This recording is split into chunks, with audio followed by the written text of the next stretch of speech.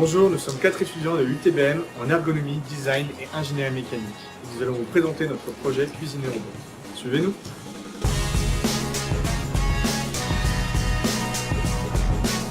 Ce projet, réalisé hors emploi du temps, a pour but de développer un robot de cuisine innovant.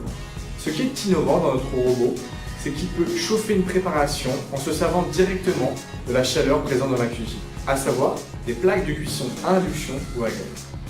Notre robot est également original de par sa forme et son association de matériaux. Mais nous verrons ça plus tard. Notre projet s'est déroulé durant le semestre d'automne 2014, pendant un peu plus de 4 mois. Pour le suivi du projet, nous avons établi le planning suivant. La première phase est l'étude préliminaire. Vient ensuite une phase d'avant-projet pendant laquelle nous avons établi le design de notre produit. Une fois le robot dessiné, nous l'avons modélisé sur ordinateur. Nous avons planifié chaque semaine de cette période de la façon suivante. Réunion de groupe le jeudi après-midi pour répartir les tâches. Mise à disposition du travail le week-end et réunion le mercredi matin avec l'enseignant suivant.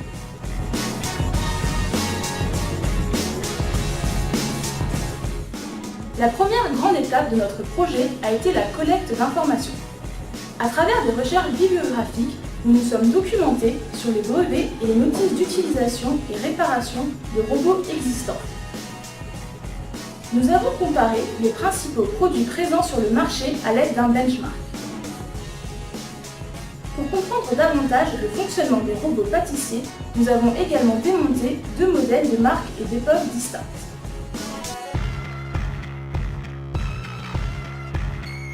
Les utilisateurs n'ont pas été oubliés, bien au contraire, ils ont été notre principale préoccupation.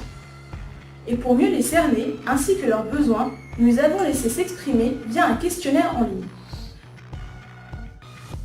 Nous avons aussi rencontré un restaurateur, un revendeur d'équipements pour professionnels de la cuisine et des utilisateurs d'un robot multifonction chauffant.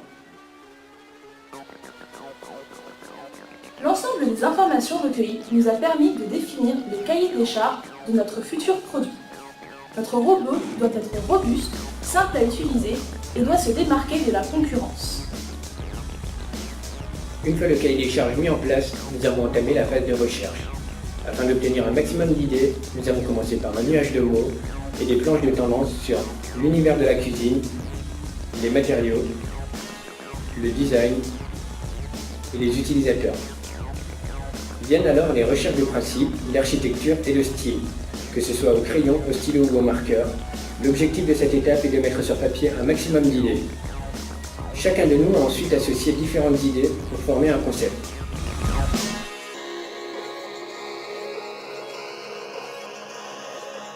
Nous avons alors confronté nos 4 propositions à un panel d'utilisateurs, d'experts ergonomes et designers.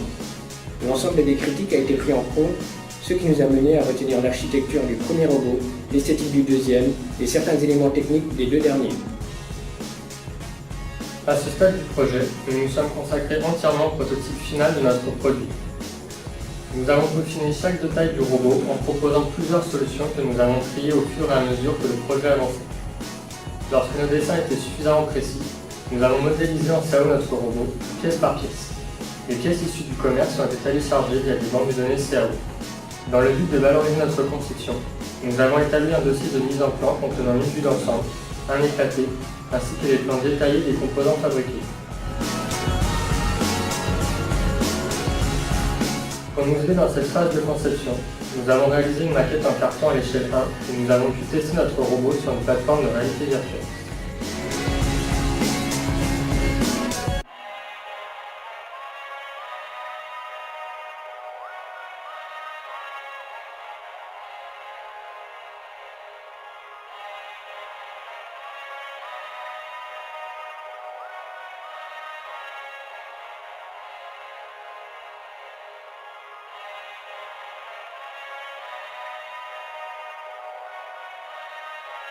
Maintenant que vous en savez un peu plus sur le projet, mon équipe et moi-même sommes très heureux de vous présenter le produit final CR1 par Cuisine et Robot.